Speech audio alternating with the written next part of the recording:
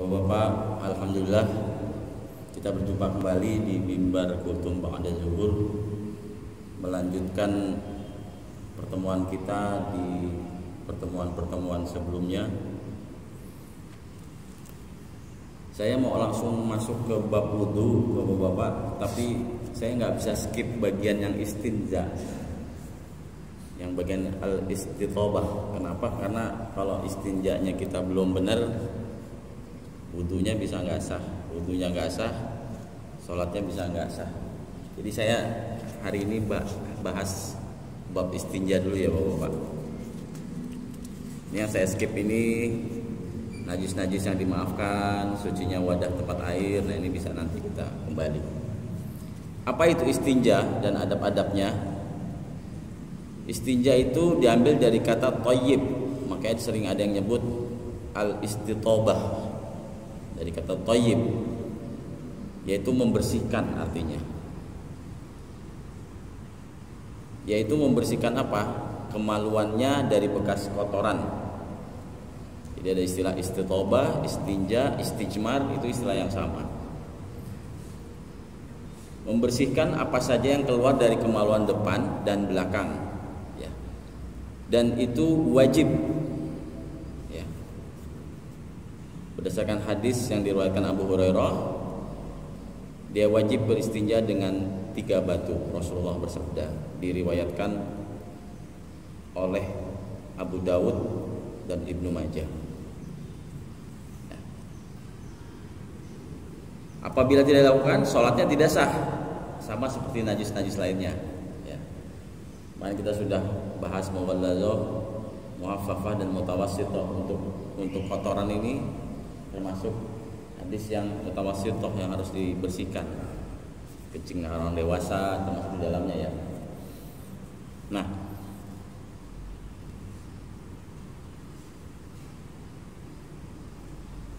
disyaratkan ya, ketika beristinja itu, kalau zaman Rasul ini menggunakan batu, nah, lalu dengan air. Tapi dengan air itu lebih utama, karena air adalah sesuatu yang dasar dalam menghilangkan najis dan air itu lebih membersihkan. Tapi dibolehkan saja beristinja dengan batu saja. Itu berdasar pada hadis Rasulullah, diriwayatkan oleh Abu Dawud. Rasul bersabda, "Idza zahaba ahadukum ilal ghaid falyazhab ma'ahu bi salasati ahjar." Jadi apabila seorang dari kalian membuang hajat, maka hendaklah ia membawa falyazhab ma'ahu, pergi dengannya itu bi salasati ahjar, dengan bawa 3 batu. Yastatibu bihinna fa innaha tujzi'an. Jadi batu itu bisa membersihkan. Kenapa 3, Pak? Jadi risalahnya itu dengan menghapusnya itu dengan 1 buang, 2 buang, 3 buang. Tapi kondisinya harus masih basah ya kotorannya. Jadi baik bagian depan maupun bagian belakang. Atau hanya dengan 1 batu itu boleh, tapi dengan 3 sisi. 1, 2, 3. 3 gesek. Karena hadisnya dengan 3. Ya. Apakah boleh yang dapat menggantikan batu seperti pada masa sekarang ini berupa tisu dan lap kain? Itu boleh. Ya, itu boleh. Tapi dengan metode yang tadi. 1, kondisi kotorannya masih basah, baik pipisnya maupun kotoran yang hadas besar. Nah, terus caranya itu buang. Tapi di hari gini udah hampir nggak mungkin ya kita menemukan toilet yang nggak ada airnya ya. Jadi ya, udah pasti ada airnya. Nah, ini yang penting, tidak dibolehkan beristinja dengan sesuatu yang tidak suci. Ya, jadi membersihkan najisnya dengan kotoran hewan misalnya, itu nggak bisa. Atau dengan sesuatu yang suci tapi tidak dapat menghilangkan najis. Contohnya dengan arang. Arang itu kan suci. Lo gosok itu ya hitam semua nanti. Atau dengan kaca. Kaca itu suci, tapi itu tidak diperbolehkan, takut melukai kan. Dan juga tidak dibolehkan dengan sesuatu yang dihormati. Misalnya dengan roti, Pak. Membersihkannya dengan roti, dielapnya pakai roti, nggak ada tisu misalnya. Itu tidak boleh. Karena roti makanan manusia ya. Nah, ini disyaratkan dengan batu atau sejenisnya, dan jika dengan menggunakan metode itu harus kotoran tersebut belum kering dan sudah melewati dubur atau zakat. Ya, daun-daunan bisa penggantinya, tapi jangan yang daun nanas ya Pak. Gitu.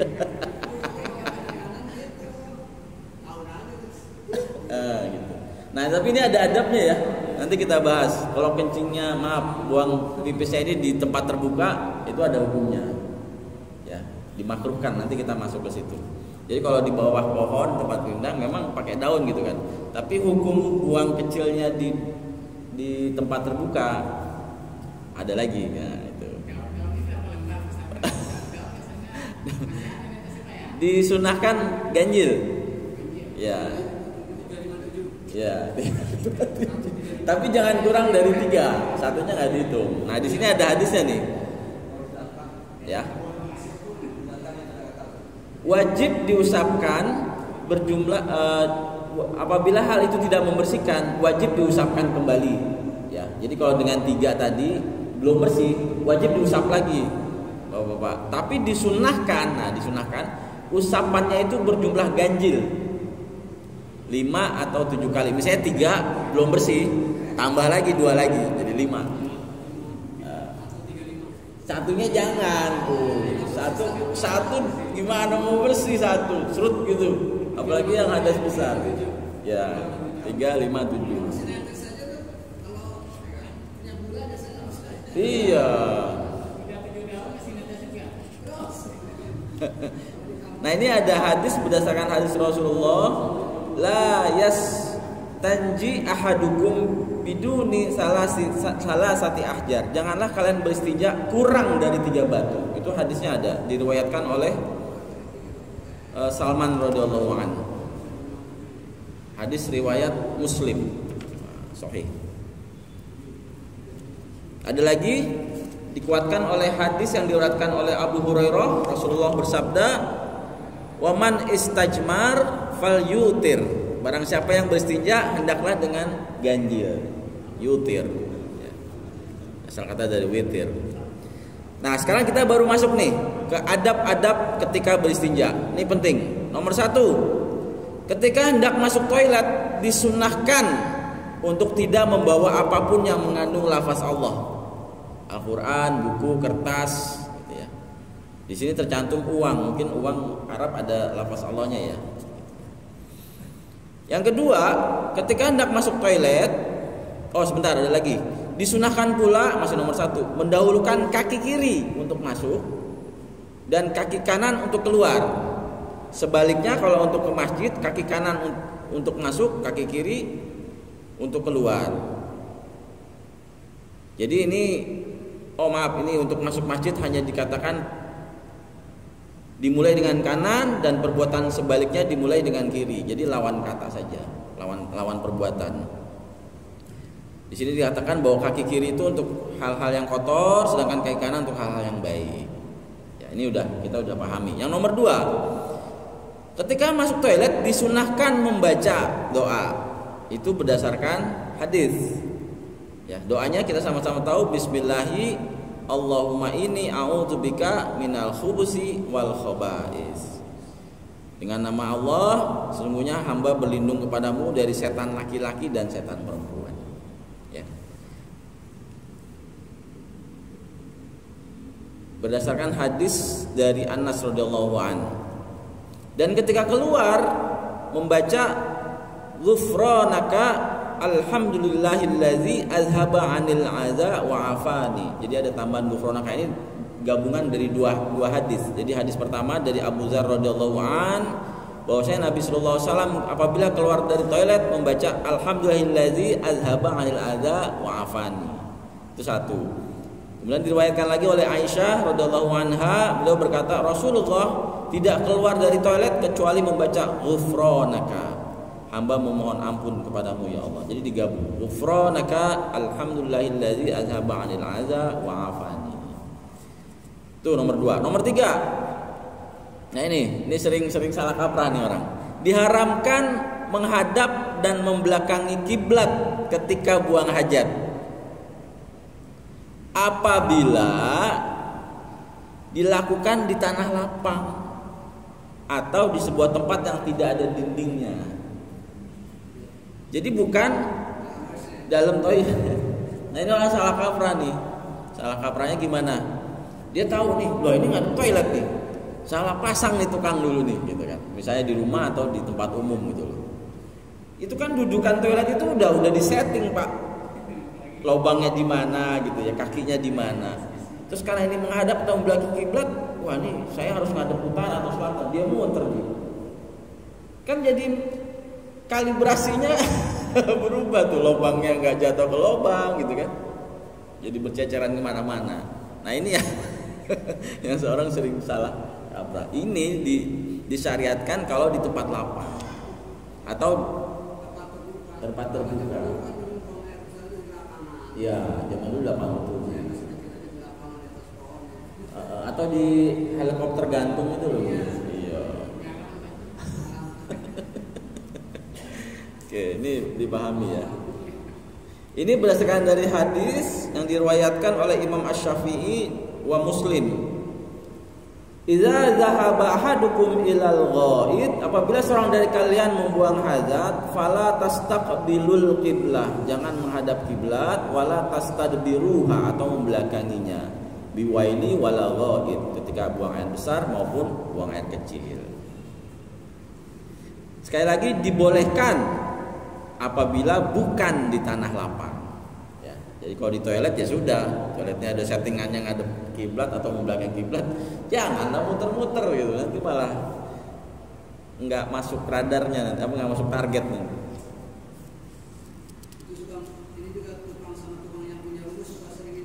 Iya, padahal nanti ya gimana coba, pintunya di sini, toiletnya karena nggak mau ngadep kiblat misalnya, jadi ngadep sono gitu kan, jadi toiletnya ngadep bak. Itu sering ada tuh salah desain tuh, toiletnya nggak ada bak gitu kan. Jadi wah itulah. Nah makanya itulah Pak, pentingnya ibadah di atas ilmu, bapak-bapak ya, ilmunya harus tahu.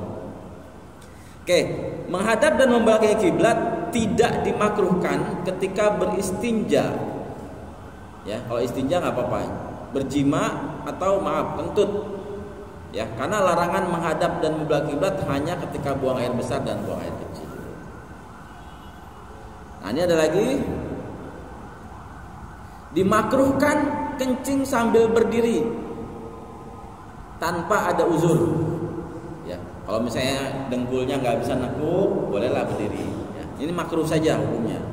Ya, karena dikhawatirkan akan terkena cipratan. Nah, berarti yang digarisbawahi ada cipratannya. Nah, kalau gimana kalau urinernya itu sudah ada kasaknya untuk menghalangi cipratan? Nah, itu berarti boleh-boleh saja. Ya.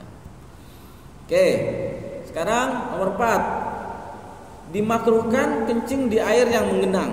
Jadi kalau ada air menggenang, jangan kencing di situ.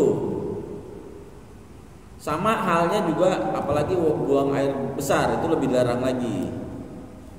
Kemudian dimakruhkan mengencingi sebuah lubang. Nah, ini kita sering nih nyarinya lubang, diincar tuh lubangnya tuh. Lubangnya tapi di lapangan ya, bukan lubang WC. Kalau lubang toilet ya harus di lubang. Kalau nggak lubang bau urea nanti kemana-mana. Nah, kenapa dikhawatirkan ada hewan yang keluar dari lubang itu lalu menggigit? Oh, dia bilang, wah saudaranya nih. Sudah lama nggak ketemu, langsung loncat kan repot. Ini sesuai dengan hadis Rasulullah diriwayatkan Abdullah bin Sarjas bahwasanya Nabi Sallallahu Alaihi Wasallam melarang mengencingi lubang. Nah, dimakruhkan pula kencing ke arah berhembusnya angin. Nah, jadi kalau kencing anginnya kemari, jangan ngadep angin gitu loh Pak, jangan berlawanan sama angin gitu. Nanti dikhawatirkan cipratannya akan kembali ke kita. Semua hanya itu sih, agar cipranya tidak kembali ke kita. Kemudian dimakruhkan juga kencing di tempat yang mental, Pak, keras. Karena cipratannya akan kembali mengenai kita gitu ya. Tembok gitu. Nah, intinya cipratannya itu. Nah, ini lagi ada yang penting nih. Rasulullah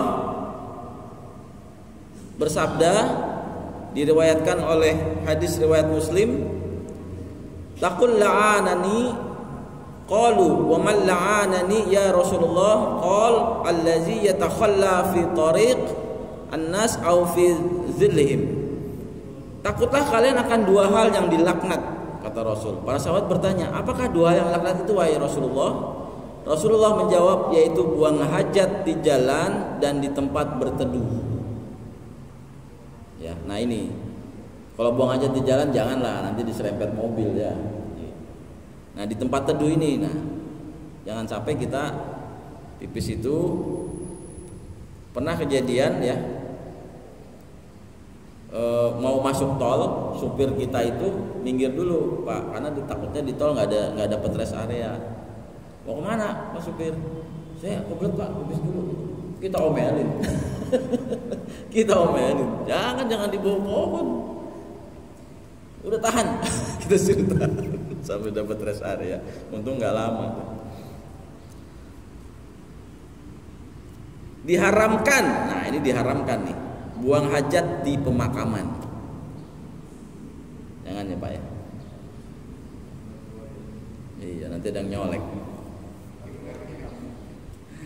Oke, nomor 5, dimakruhkan berbicara ketika buang hajat. Wah. Siapa di dalam? Diam aja udah. Kadang-kadang itu kalau di toilet-toilet umum, Pak, udah tahu dikunci. Kalau nyanyi sih kita sengaja kan. Udah tahu dikunci, dikobrak-kobrak gitu.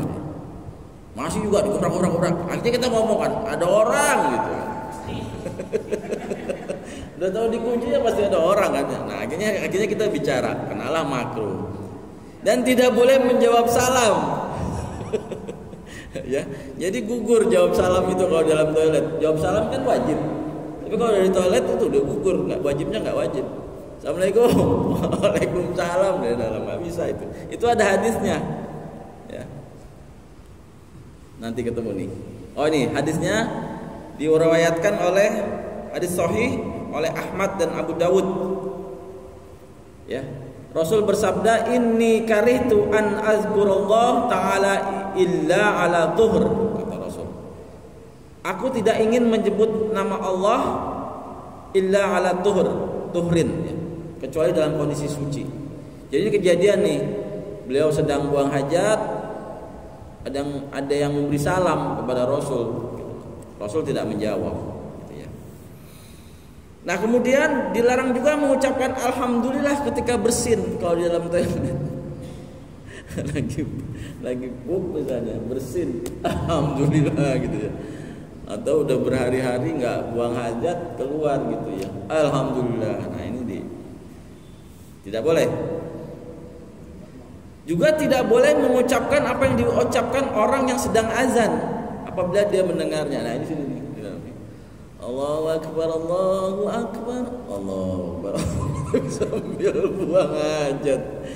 Yang nggak bisa kita tahan tuh yang hayya 'alal shalah sama hayya 'alal falah. Bapak itu dahsyat itu. Hayya 'alal falah. Gitu. La haula wala quwwata illa billah. Tapi sampai nongkrong gitu. Dilafazkan lagi. Ini Islam ini ngaturnya sampai begini, di sini boleh, di sana enggak gitu. Karena tempatnya ya. Tempatnya itu beda. Yang nomor 6, disunahkan untuk beristibra. Apa itu beristibra? Jadi kalau selesai buang air kecil Bapak-bapak, itu kita dengan cara berdehem atau memijat zakar dengan tangan kiri dengan lembut agar sisa air kencing itu keluar. Kadang-kadang suka anyang-anyang kan. Dehem aja, Pak. Biar keluar sisanya. Kemudian dipijit pelan-pelan. Ya, agar tidak ada sisa kencing. Nah, sentil. Oh ya, tuh ada itu yang ini. Atau digeterin sama dia. Ya.